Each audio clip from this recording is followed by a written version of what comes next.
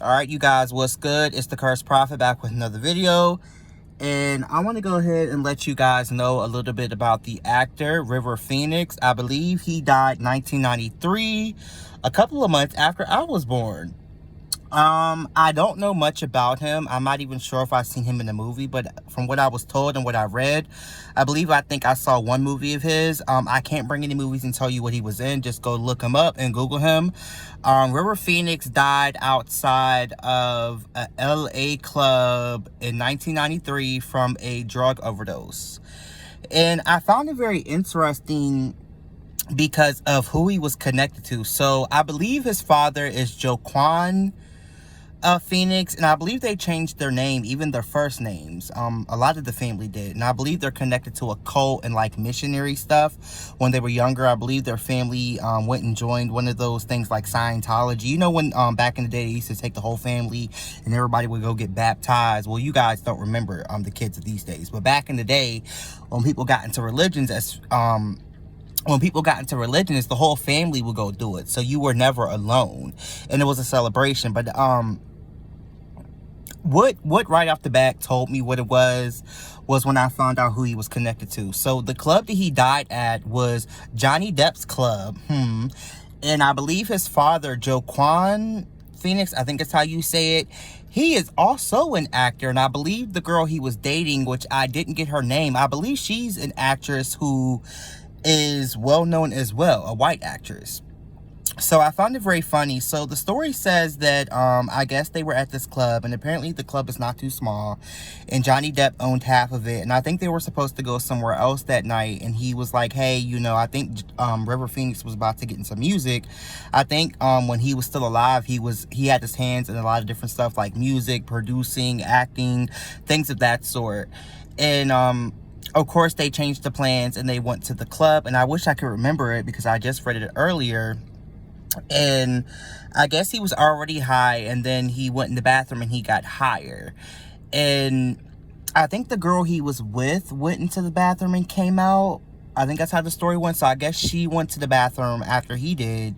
And when she came out, River and some guy got into a scuffle, and it led to the outside of the club where River supposedly, or allegedly, I'm not even going to say allegedly really because I believe that's the story, allegedly he started convulsing outside, and the people who were there says that he died at the crime scene right then and there before the paramedics even came. And I've heard other stories where they say, you know, they took him to the hospital and he died there, but the people, his friends and family who were there, said that he died at the club. And you guys don't find it funny that it was Johnny Depp's club, and his brother, I believe, is an Academy Award winner. This is what the ancestors told me, because he died on Halloween, 10/31/1993. We're not even going to do the numbers because we know what Halloween's about. I'm going to tell you what happened. And for those of you who don't know what Palo Mayombe is, go Google it and try to understand it. But Palo Mayombe deals with the most naturalist forms of the earth. So when we use our tools, we don't go and get, like, if we had a vessel, or we had let's say a candle holder. If we had a candle holder, we would go out and get a tree branch or a tree trunk and cut a hole in it and put the candles inside of that. Versus going to a Michael's and getting a pretty candle holder. Not saying that people who practice Palo don't have certain items that were made and crafted in stores, but that's just what Palo is about. We would go get the naturalist form to burn our candles in. And I use that example because my friend, once I got in Palo, she had found a tree trunk that had a hole in it, and she gifted it to me to burn my candles in. But what the ancestors told me that happened to River Phoenix is they said that of course he was a sacrifice, and unfortunately this sacrifice was karma, so it was going to happen regardless. And I don't remember his natal chart because I did look at it, and his natal chart, if you know how to read the natal chart, you can reveal people's deaths, you can reveal who their parents are going to be, you can reveal a lot if you know how to read it. It's very intricate, and there's a whole lot of information in the natal chart. In his natal chart, he came here on a we'll say like a karmic life cycle, so it was fate. It was his fate to die already, and the people who had something to do with his sacrifice knew that on a spiritual level, not a physical level. But they said that they killed him on Halloween because, one, the veil was open, and then two, the reason for him being killed on Halloween was because every year, or whenever Johnny Depp and his brother Joaquin Phoenix and anybody else who was involved in the sacrifice, what River told me, the ancestors told me, is that every year when they go and do a new role, they pull his energy. So they did some Palo shit, because in Palo, a lot of the pots in Palo usually harbor some form of a piece of a human. So a human skull, human bones, a fingernail. It's a lot deeper than the Santeria pots and the Wiccan pots and other religions. Like, the Palo pots are pretty interesting, and I don't want to say too much. I don't want niggas coming after me, but I haven't said too much. You can read this stuff, and a lot of you can find this information on Palo is hard to find, but you can find this stuff. But that's what he told me. He told me the reason why he was killed on Halloween, because it was a transfer of energy, and there was a way to pretty much bind him to the earth so that they can pull his energy. So, like, if Johnny Depp gets a role, and at first, the directors think he's really good for it, let's say he has a day where he's got, like, actor's block, where he just cannot, like, he can't use the tools of method acting to get into the role. He will go to River Phoenix and pull the energy, not only to be stronger in the role, but to add to the abilities of acting that they already have. This is everybody that was involved in his death. I hope that made sense. So pretty much they are binding his body, kind of like how we deal with saints. River Phoenix, in a sense, was pretty much turned into a saint or a deity, in a sense, because they pull his energy every year or whenever they need it, but it's only the people who were involved in his death. So we can't go pull it because we weren't a part of the ritual, but the people who were there could pull it. Now, River Phoenix does not have an issue with his family, because after he crossed over on the other side, he realized that this was a karmic death. So even if his friends and family didn't kill him, he still would have died. This is going to be fate regardless. So this is what happened to River Phoenix. It was very sad, but it was supposed to happen. And those in Hollywood who are very skilled in the craft, they knew this on a spiritual level, but not the physical level. It was very sad. And also, he's telling me that he died of his own accord because he put the drugs in his body. But he's telling me that when he was fighting, he was also injected, because I believe in the statement they said that the guy he was scuffling with said, "Don't touch him, let him enjoy his high," or something like that. Or he's getting ready to reach the peak of his high, as if he knew it was going to happen. And I found that interesting. The statements around this were very interesting.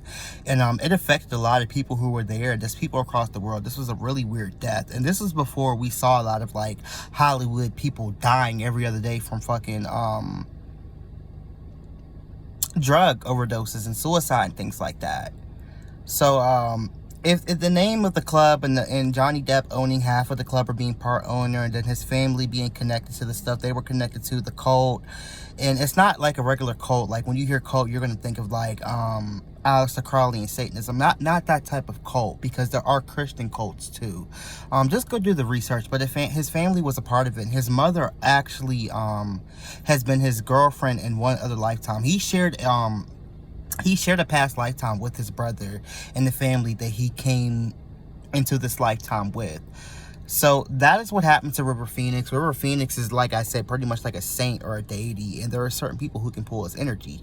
Now, they do this a lot in Hollywood, but this one was very special, because if you have any common sense, you know anything about the craft, you can see right through it and see what happened. They killed him on the 31st, when the veil supposedly is the thinnest, and then he died in a horrific way, which binded his energy to the earth, because we all know that if somebody dies in a horrific way, a lot of times their energy becomes earthbound. And then when you have people taking apart your body parts and putting them in certain spell work and certain dishes and pots and shit, and they scatter your energy in all these different, the four corners of the earth, then you understand what's going on. So I hope what I said made sense. River Phoenix's story was very interesting to me. I'd seen another person talk about it, and I didn't want to watch it, but then when I did and I looked it up, I was like, oh, this was a very interesting story.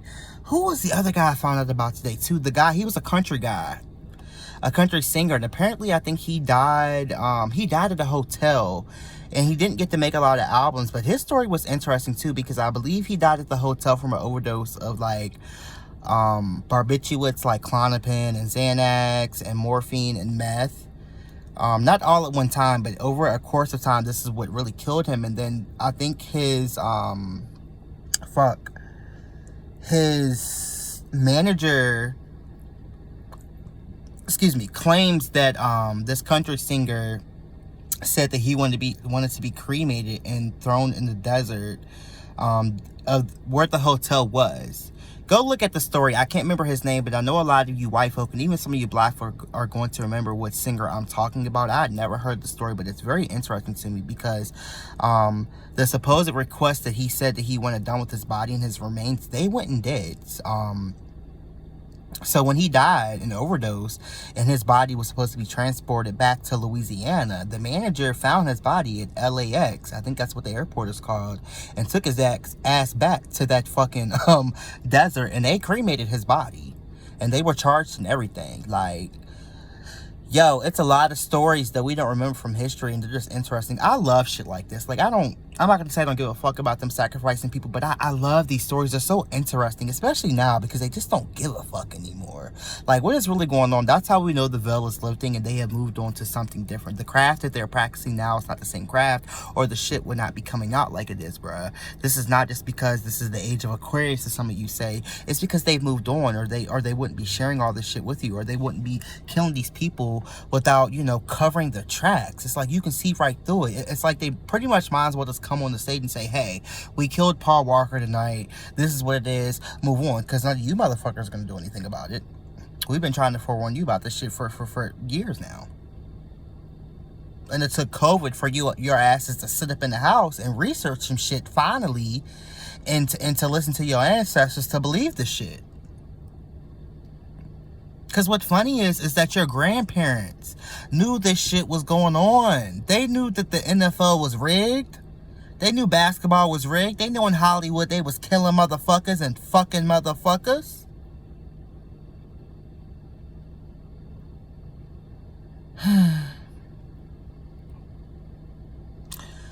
The Cursed Prophet back with another video.